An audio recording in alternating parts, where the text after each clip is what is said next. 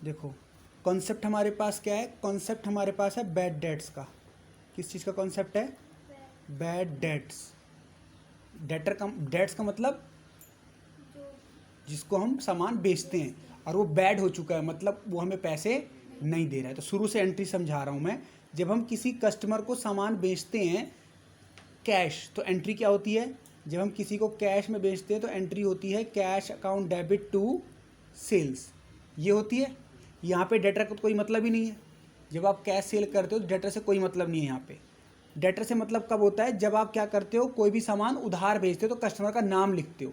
हम मान के चल रहे हैं कस्टमर का नाम है हमारा ए, तो ए डेबिट टू सेल, ये एंट्री कब आएगी? जब हम उसको उधार सेल करेंगे। ये कब होता है? जब हम क्रेडिट सेल करते हैं। अब हम 2-3 कॉन्सेप्ट समझ रहे हैं इस क्रेडिट सेल की वजह से जो हुए। अब इस क्रेडिट सेल की वजह से हमने उसको बोला कि भाई आप 2 महीने में हमारी पेमेंट कर देना। अब वो 2 महीने में पेमेंट नहीं कर रहा, कोई भी प्रॉब्लम होगी उसके साथ, बैड डेट्स हो गया, इंसॉल्वेंट हो गया, उसके घर में पैसे नहीं है, कोई भी प्रॉब्लम बिजनेस में, तो हो सकता है या तो पूरी पेमेंट नहीं कर रहा है या कुछ पेमेंट कर रहा है। मतलब हमें नुकसान होने वाला है, चाहे कुछ नुकसान हो या सारा नुकसान हो जाए, तो इसे बोलते हैं बैड डेट्स। तो एक एग्जांपल लेके चल रहा हूं मैं, कुछ पैसे दे रहा है, कुछ नहीं दे रहा है। तो बुक में ऐसे लिखा हो क्वेश्चन में 40 पैसे दे रहा है, बाकी नहीं दे रहा, 60% दे रहा है, बाकी नहीं दे रहा।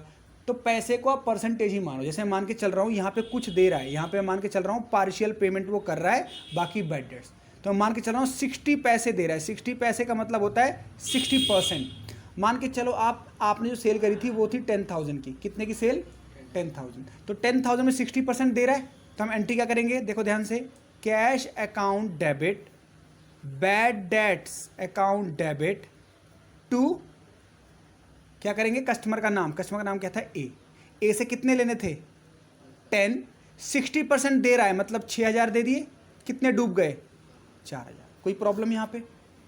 अब कभी कभी क्वेश्चन में बोलेगा सारे ही डूब गए, क्या करें? थोड़ा सा रोएंगे, लेकिन एंट्री तो करनी पड़ेगी। तो एंट्री क्या हो जाएगी? सारा नुकसान बैड डेट्स डेबिट टू ए। अब यहाँ 60-40 से मतलब नहीं, यहाँ पे सीधा 10,000 क्या हो गए? डूब गए। समझ में आया बैड डेट्स का मतलब? अब कभी कभी क्या होता है, ये जिसका बैड डेट्स हुआ है ना, वो हमें कई सालों बाद पैसे देने आ जाता है। इसे बोलते हैं बैड डेट्स रिकवर्ड। क्या बोलते हैं?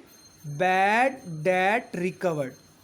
लेकिन बैड डेट रिकॉर्ड में याद ये रखना है कि हम फिर कस्टमर के नाम से रिकॉर्ड नहीं करते, हम इसको इनकम मान लेते हैं, क्योंकि हमने उस कस्टमर का नाम काट दिया। कैसे काट दिया? यहाँ डेबिट किया, यहाँ क्रेडिट किया, नाम कट चुका है। तो अगर कोई बैड डेट्स वापस हमें पैसे देता तो हम एंट्री क्या करेंगे बच्चों? Cash account debit to bad debt recover account. यहाँ पे कस्टमर का नाम नहीं लिखना, जितने भी रुपए दे रहा है क्वेश्चन में बता देगा। बस ये कॉन्सेप्ट हमारा पूरा किसका हो गया? बैड डेट्स का। बैड डेट्स की शुरुआत कहाँ से होती है? क्रेडिट सेल से। क्रेडिट सेल के बाद कस्टमर हमें या तो कुछ पैसे देगा या सारे मना कर देगा। कुछ देगा, कुछ डूब जाएंगे तो ये एंट्री, सारे डूब जाएंगे तो ये एंट्री।